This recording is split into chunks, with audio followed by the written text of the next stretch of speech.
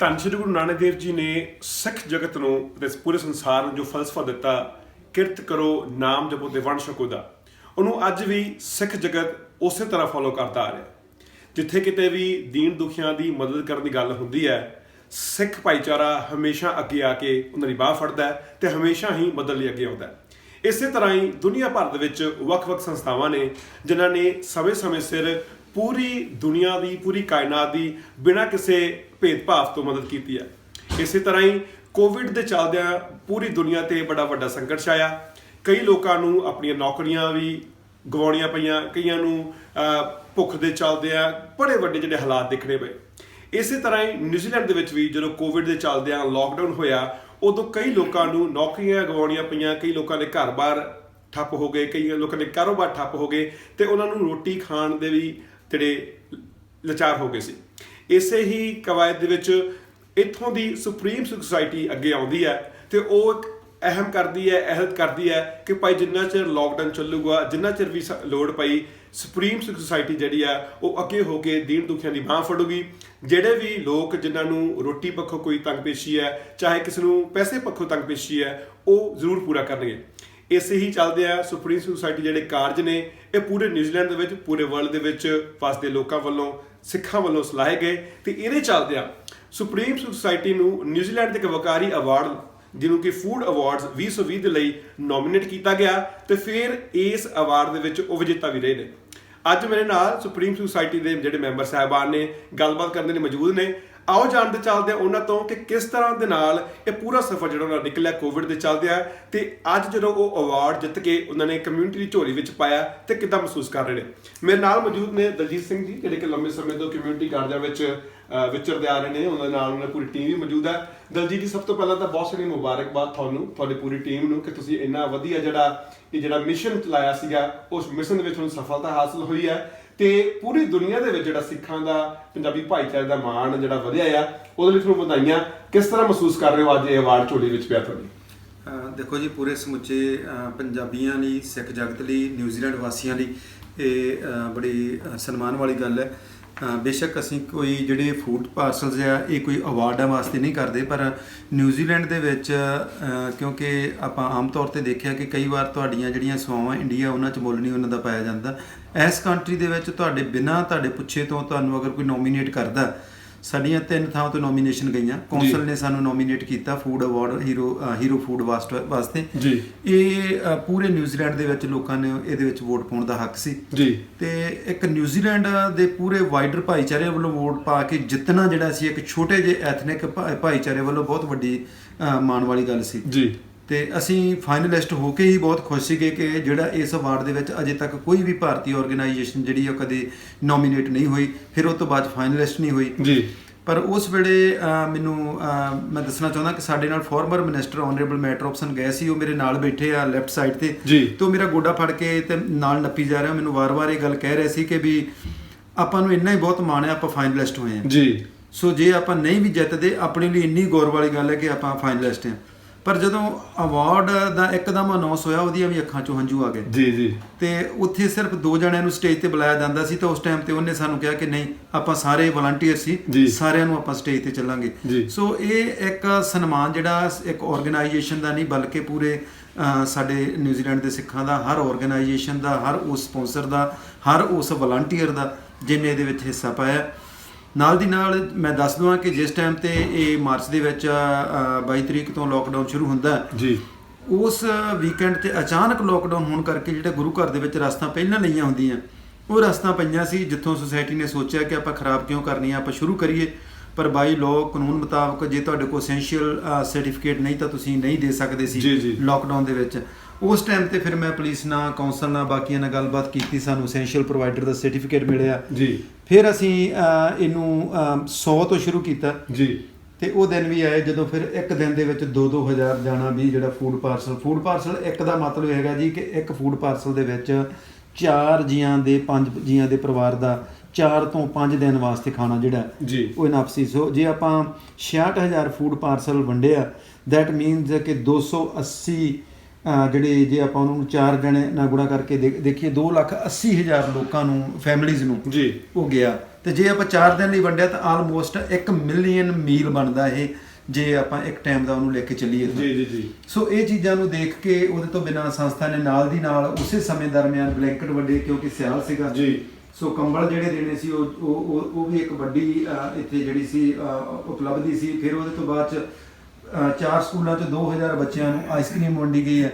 ਸੰਸਥਾ ਆਪਣੀਆਂ ਕਾਰਵਾਈਆਂ ਜਾਰੀ ਰੱਖਦੀ ਹੈ, ਕਿਉਂਕਿ ਗੁਰੂ ਘਰ ਦੇ ਵਿੱਚ ਲਗਾਤਾਰ ਲੰਗਰ ਹਰ ਐਤਵਾਰ ਨੂੰ ਚੱਲਦੇ ਸੀ। ਉਹੀ ਜਦੋਂ ਗੁਰੂ ਘਰ ਇਸ ਕੋਵਿਡ ਦਰਮਿਆਨ ਬੰਦ ਹੋਏ ਤੇ ਉਹ ਸੰਗਤ ਨੂੰ ਵਾਈਡਰ ਭਾਈਚਾਰੇ ਨੂੰ ਜਦੋਂ ਮਿਲਿਆ ਤਾਂ ਉਹ ਪੂਰੇ ਨਿਊਜ਼ੀਲੈਂਡ ਦੇ ਵਿੱਚ ਉਹਦਾ ਰਿਐਕਸ਼ਨ ਮਿਲਿਆ।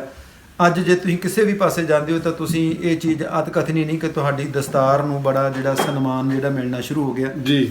ਜਿਸ ਟਾਈਮ ਅਸੀਂ ਅਵਾਰਡ ਵਾਸਤੇ ਅੰਦਰ ਵੜ ਹੀ ਰਹੇ ਸੀ, ਉਸ ਟਾਈਮ ਤੇ ਅਸੀਂ ਖੁਦ ਹੈਰਾਨ ਸੀ ਕਿ ਉਹਨਾਂ ਲੋਕਾਂ ਨੂੰ ਇਹ ਵੀ ਨਹੀਂ ਪਤਾ ਕਿ ਅਸੀਂ ਨੋਮੀਨੇਟ, ਉਹਨਾਂ ਨੂੰ ਇਹ ਵੀ ਨਹੀਂ ਪਤਾ ਜਿੱਤਣਾ ਕਿਹਨੇ, ਪਰ ਸਾਰੇ ਜਿਹੜੇ ਉੱਥੇ ਆਏ ਹੋਏ ਸੀ ਅਵਾਰਡ ਵਾਸਤੇ ਲੈਣ ਵਾਸਤੇ, ਉਹ ਖੁਦ ਕਹਿ ਰਹੇ ਸੀ ਕਿ ਵੈਲ ਡਨ ਗਾਇਜ਼, ਜੋ ਤੁਸੀਂ ਕੀਤਾ ਉਹ ਕਿਸੇ ਨੇ ਨਹੀਂ ਕੀਤਾ ਤੇ ਤੁਹਾਨੂੰ ਕੋਈ ਅੱਜ ਕੰਪੀਟ ਨਹੀਂ ਕਰਨਾ ਚਾਹੀਦਾ ਕਿਸੇ ਨੇ ਵੀ ਜਿਹੜਾ ਕੰਮ ਸੁਪਰੀਮ ਸਿੱਖ ਸੁਸਾਇਟੀ ਨੇ ਜਾਂ ਇੱਥੋਂ ਦੇ ਸਿੱਖਾਂ ਨੇ ਰਲ ਕੇ ਕੀਤਾ। ਸੋ ਉਹ ਸਾਰੇ ਜਾਣਦੇ ਸੀ ਉਸ ਟਾਈਮ ਤੇ ਇੱਕੋ ਇੱਕ ਇਹ ਵਕਾਰੀ ਅਵਾਰਡ ਸੀ ਜਿਹਦੇ ਵਾਸਤੇ ਜਿੰਨੀ ਪਬਲਿਕ ਉੱਥੇ ਗਈ ਸੀ, ਜਿਨ੍ਹਾਂ ਨੇ ਖੜੇ ਹੋ ਕੇ ਉਸ ਟਾਈਮ ਤੇ ਕਲੈਪਿੰਗ ਤਾੜੀਆਂ ਮਾਰੀਆਂ, ਅਦਰਵਾਈਜ਼ ਹੋਰ ਕਿਸੇ ਅਵਾਰਡ ਦੇ ਉੱਪਰ ਲੋਕ ਖੜੇ ਨਹੀਂ ਹੋਏ। ਸੋ ਮੈਂ ਇਹ ਚਾਹਾਂਗਾ ਕਿ ਇਹ ਅਵਾਰਡ ਜਿਹੜਾ ਸਮੁੱਚੇ ਸਿੱਖ ਭਾਈਚਾਰੇ ਨੂੰ ਹੀ ਸਮਰਪਿਤ ਕੀਤਾ ਜਾਵੇ ਤੇ ਸਾਡੇ ਵਿੱਚ ਹਮੇਸ਼ਾ ਨਿਮਰਤਾ ਰਵੇ। ਗੁਰੂ ਸਾਹਿਬ ਅੱਗੇ ਇਹੀ ਅਰਦਾਸ ਹੈ ਕਿ ਸੱਚੇ ਪਾਤਸ਼ਾਹ ਨੇ ਜਿਸ ਤਰ੍ਹਾਂ ਸਾਰੇ ਵਰਕਰਾਂ ਕੋਲੋਂ ਕੰਮ ਲਿਆ, ਉਹਨਾਂ ਨੂੰ ਜਿਨ੍ਹਾਂ ਨੇ ਵੀ ਆਪਣੀਆਂ ਸੇਵਾਵਾਂ ਪਾਈਆਂ, ਉਹਨਾਂ ਸਾਰਿਆਂ ਦੇ ਉੱਪਰ ਚੜ੍ਹਦੀ ਕਲਾ ਰੱਖੇ ਜੀ। ਬਿਲਕੁਲ ਅਜੀਤ ਜੀ, ਕਿਉਂਕਿ ਆਪਾਂ ਜਦੋਂ ਇਹ ਫੂਡ ਪਾਰਸਲਸ ਦਾ ਲੋਕਡਾਊਨ 1940 ਰਿਆਸੀ ਵਿੱਚ ਦੀ ਇੱਕ ਵਾਰ ਪਾਰਲੀਮੈਂਟ ਵੀ ਖੁੱਲੀ ਸੀ, ਉਦੋਂ ਪਾਰਲੀਮੈਂਟ ਦੇ ਵਿੱਚ ਵੀ ਮਤਾ ਪਾ ਕੇ ਜਿਹੜੀ ਸੁਪਰੀਮ ਸੁਸਾਇਟੀ ਦੀ ਜਿਹੜੀ ਸਰਾਹਨਾ ਕੀਤੀ ਗਈ ਸੀ ਕਿ ਉਹਨਾਂ ਨੇ ਬਹੁਤ ਅੱਛਾ ਕੰਮ ਕੀਤਾ ਆ। ਮੈਂ ਉਸੇ ਸਵਾਲ ਤੇ ਆਉਣਾ ਸੀ, ਕਿਉਂਕਿ ਜਦੋਂ ਵੀ ਸਿੱਖ ਭਾਈਚਾਰਾ ਬਾਹਰਲੇ ਮੁਲਕਾਂ ਵਿੱਚ ਵਿਚਰਦਾ ਹੈ ਕਿ ਬੜੀ ਵੱਡੀ ਸਾਨੂੰ ਜਿਹੜੀ ਇਹ ਇਤਰਾਜ਼ ਦੀ ਰਹਿੰਦੀ ਕਿ ਅਸੀਂ ਆਪਣੀ ਹੋਂਦ ਨੂੰ, ਪਛਾਣ ਨੂੰ ਲੋਕਾਂ ਤੱਕ ਉਸੇ ਸੌਖੇ ਤਰੀਕੇ ਨਾਲ ਲਿਜਾਣਾ ਨਹੀਂ ਪਾਉਂਦੇ। ਬਹੁਤ ਵਾਰ ਸਾਡੇ ਲੋਕਾਂ ਤੇ ਭਾਈਚਾਰੇ ਤੇ ਇਸ ਕਰਕੇ ਵੀ ਹਮਲੇ ਹੋ ਜਾਂਦੇ ਨੇ ਕਿ ਲੋਕ ਸਾਡੀ ਆਇਡੈਂਟੀਟੀ ਨੂੰ ਸਮਝ ਨਹੀਂ ਪਾਉਂਦੇ।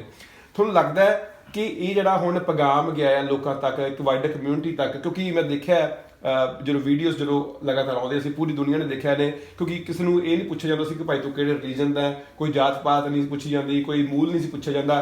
ਹਰ ਕਿਸੇ ਨੂੰ ਬਿਨਾਂ ਕਿਸੇ ਵਿਤਕਰੇ ਤੋਂ ਜਿਹੜਾ ਫੂਡ ਪਾਰਸਲ ਜਿਹੜੇ ਨੇ ਜੋ ਵੀ ਸਹਾਇਤਾ ਹੈ ਉਹ ਵੰਡੀ ਗਈ ਹੈ। ਇਹਦੇ ਨਾਲ ਪੰਜਾਬੀਆਂ ਦੀ, ਸਿੱਖਾਂ ਦੀ ਪਛਾਣ ਜਿਹੜੀ ਹੈ ਨਿਊਜ਼ੀਲੈਂਡ ਦੇ ਵਿੱਚ ਕਿੰਨੀ ਪਰਪੱਕ ਹੋਈ ਹੈ, ਇਹਦਾ ਤੁਹਾਨੂੰ ਕੀ ਅੰਦਾਜ਼ਾ ਹੈ? ਇਹਦਾ ਇਕੱਲਾ ਆਕਲੈਂਡ ਤਾਂ ਛੱਡੋ ਜੀ, ਕਿਉਂਕਿ ਇੱਥੇ ਆਪਣਾ ਭਾਈਚਾਰਾ ਕਾਫੀ ਸਟਰੈਂਥ ਦੇ ਵਿੱਚ ਆ, ਪਰ ਉਹਨਾਂ ਇਲਾਕਿਆਂ ਦੇ ਵਿੱਚ ਤੁਸੀਂ ਪੁੱਛੋ ਜਿਹੜੇ ਇਲਾਕਿਆਂ ਦੇ ਵਿੱਚ ਬਹੁਤ ਘੱਟ ਗਿਣਤੀ 'ਚ ਦਸਤਾਰਾਂ ਵਾਲੇ ਰਹਿੰਦੇ ਆ, ਤਾਂ ਉਹ ਵੀ ਰਿਐਕਸ਼ਨ ਤੁਹਾਨੂੰ ਦੱਸਣਗੇ ਕਿ ਸਾਨੂੰ ਵੀ ਇੱਥੇ ਸਨਮਾਨ ਮਿਲਣਾ ਸ਼ੁਰੂ ਹੋਇਆ।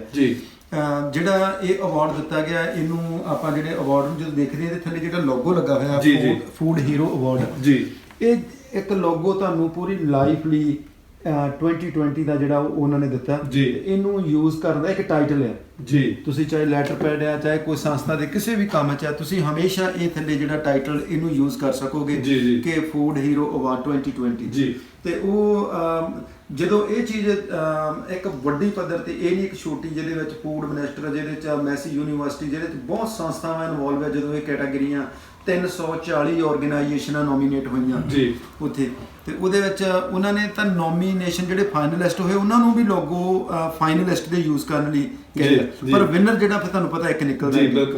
ਪਰ ਅਸੀਂ ਇਹ ਚਾਹਾਂਗੇ ਕਿ ਸਾਡੇ ਜਿਹੜੇ ਵੀਰ ਬਾਹਰ ਕੰਮ ਕਰਦੇ ਆ, ਟਰੱਕ ਡਰਾਈਵਰਸ ਹੋ ਗਏ, ਜਿਨ੍ਹਾਂ ਨੇ ਰੈਸਟੋਰੈਂਟ ਖੋਲ੍ਹੇ ਹੋਏ ਆ, ਛੋਟੇ ਏਰੀਆ ਦੇ ਵਿੱਚ ਭਾਈਚਾਰਾ ਰਹਿੰਦਾ, ਉਹਨਾਂ ਦੇ ਕਦੇ ਰਿਐਕਸ਼ਨ ਲੋ, ਤੁਹਾਨੂੰ ਖੁਦ ਦੱਸਣਗੇ ਕਿ ਉਹਨਾਂ ਨੂੰ ਕਿੰਨਾ ਸਨਮਾਨ ਮਿਲਿਆ। ਜਾਂ ਅਸੀਂ ਇਹ ਦੱਸ ਸਕਦੇ ਕਿ ਜਿਹੜਾ ਸਾਡੇ ਨੌਜਵਾਨ ਨਿਊਜ਼ੀਲੈਂਡ ਪੁਲਿਸ 'ਚ ਹੈ, ਜੇ ਅਸੀਂ ਕਿਸੇ ਵੀਕ ਕਹਿ ਰਹੇ ਸੀ ਕਿ ਹੁਣ ਆਪਾਂ ਬੰਦ ਕਰ ਦਈਏ, ਤਾਂ ਉਹ ਸਾਨੂੰ ਆਣ ਕੇ ਕਹਿ ਰਹੇ ਸੀ ਭਾਜੀ ਬੰਦ ਨਾ ਕਰਿਓ।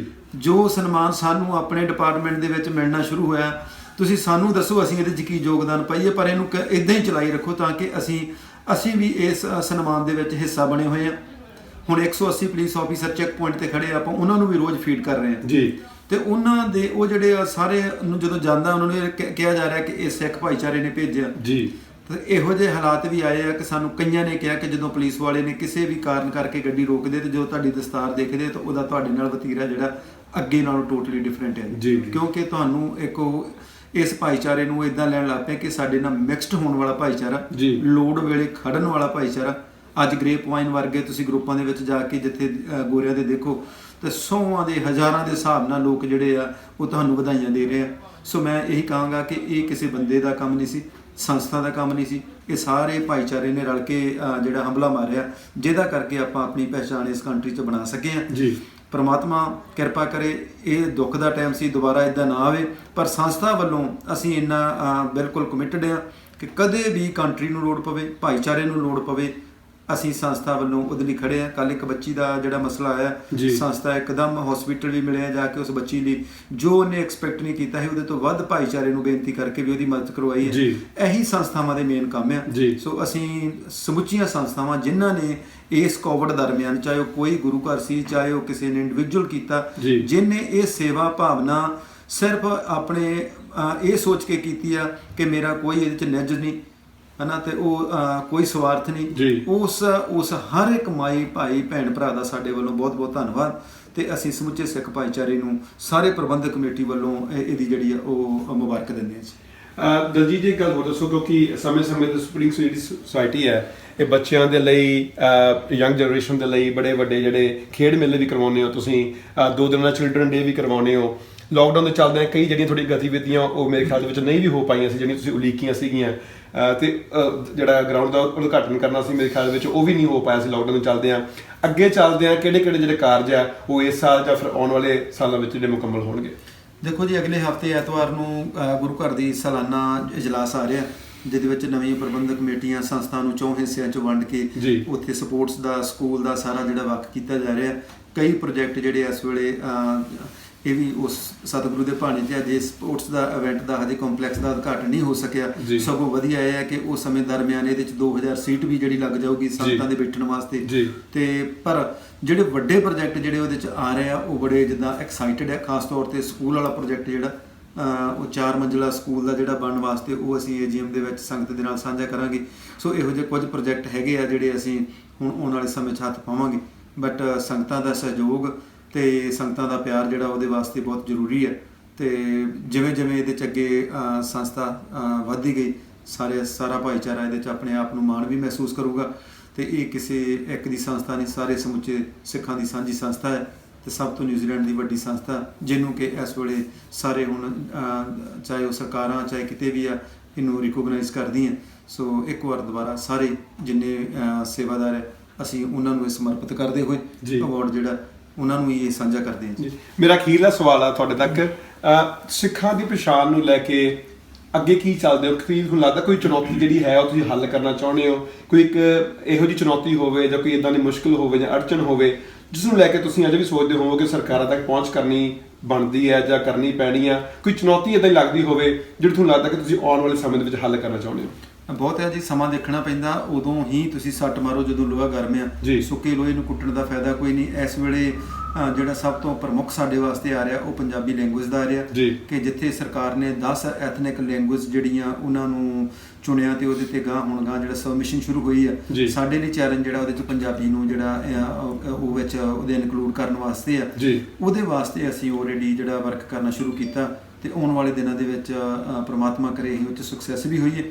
ਤੇ ਨਾਲ ਦੀ ਨਾਲ ਜਿਹੜੇ ਦੂਜੇ ਮਸਲੇ ਆ ਸਾਡੇ ਧਾਰਮਿਕ ਚਿੰਨ੍ਹਾਂ ਦੇ, ਉਹ ਉਦੋਂ ਹੀ ਮਸਲਿਆਂ ਨੂੰ ਹੱਥ ਪਾਇਆ ਜਾਵੇਗਾ ਜਿਸ ਟਾਈਮ ਦੇ ਉੱਪਰ ਦੁਬਾਰਾ ਉਹੀ ਹਾਲਾਤ ਬਣੇ ਜੋ ਅੱਜ ਤੋਂ 3 ਤੋਂ 4 ਸਾਲ ਪਹਿਲਾਂ ਸੀ, ਜਦੋਂ ਕਿ ਸਾਰੀਆਂ ਪਾਰਲੀਮੈਂਟ ਦੇ ਵਿੱਚ ਬੈਠੀਆਂ ਧਿਰਾਂ ਜਿਹੜੀਆਂ ਉਹ ਤੁਹਾਡੇ ਹੱਕ 'ਚ ਹੋਣ।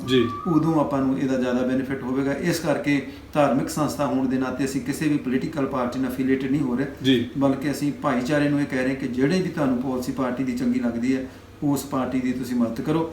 ਪਰ ਅਸੀਂ ਕੋਸ਼ਿਸ਼ ਕਰਾਂਗੇ ਕਿ ਹਰੇਕ ਪਾਰਟੀ ਨੂੰ ਨਾਲ ਲੈ ਕੇ ਜਿਹੜੇ ਧਾਰਮਿਕ ਮੁੱਦੇ ਉਹਨਾਂ ਦਾ ਜ਼ਰੂਰ ਸਮੇਂ ਅਨੁਸਾਰ ਜਿਹੜਾ ਉਹ ਉਠਾਉਂਦੇ ਰਵਾਂਗੇ ਜੀ। ਬਹੁਤ ਬਹੁਤ ਸ਼ੁਕਰੀਆ। ਸੋ ਇਹ ਸੀ ਦਲਜੀਤ ਸਿੰਘ ਜੀ ਸੁਪਰੀਮ ਸੁਸਾਇਟੀ ਤੋਂ, ਅਤੇ ਉਹਨਾਂ ਦੀ ਜਿਹੜੀ ਟੀਮ ਹੈ ਉਹ ਵੀ ਪੂਰੀ ਨਾਲ ਮੌਜੂਦ ਸੀ। ਸੋ ਦੋਸਤੋ, ਇਹਨਾਂ ਨੇ ਕਰ ਦਿਖਾਇਆ ਕਿ ਜੇਕਰ ਕੁਝ ਕਰਨ ਦਾ ਜਜ਼ਬਾ ਹੋਵੇ ਤਾਂ ਜਿਹੜੀਆਂ ਸੰਸਥਾਵਾਂ ਨੇ ਉਹ ਇਸ ਤਰ੍ਹਾਂ ਦੇ ਨਾਲ ਆਪਣੀ ਹੋਂਦ, ਆਪਣੀ ਪਛਾਣ ਜਿਹੜੀ ਆ ਉਹ ਦੁਨੀਆ ਪੱਧਰ ਤੇ ਲੈ ਕੇ ਜਾ ਸਕਦੇ ਨੇ। ਆਸ ਕਰਦੇ ਹਾਂ ਕਿ ਆਉਣ ਵਾਲੇ ਦਿਨਾਂ ਵਿੱਚ ਵੀ ਇਸੇ ਤਰ੍ਹਾਂ ਸੁਪਰੀਮ ਸੁਸਾਇਟੀ ਨਿਊਜ਼ੀਲੈਂਡ ਜਿਹੜੀ ਆ ਉਹ ਇਸੇ ਤਰ੍ਹਾਂ ਸ਼ਲਾਘਾਯੋਗ ਜਿਹੜੇ ਫੈਸਲੇ ਕਦਮ ਚੱਕਦੀ ਰਹੂਗੀ, ਜਿਹਦੇ ਨਾਲ ਸਿੱਖਾਂ ਦਾ, ਪੰਜਾਬੀਆਂ ਦਾ, ਪੂਰੀ ਦੁਨੀਆ ਦੇ ਵਿੱਚ ਸਿਰ ਉੱਚਾ ਹੋਊਗਾ। ਨਿਊਜ਼ੀਲੈਂਡ ਤੋਂ ਜਗਬਾਣੀ TV ਦੇ ਲਈ ਮੈਂ ਹਰਮੀਤ ਸਿੰਘ, ਧੰਨਵਾਦ।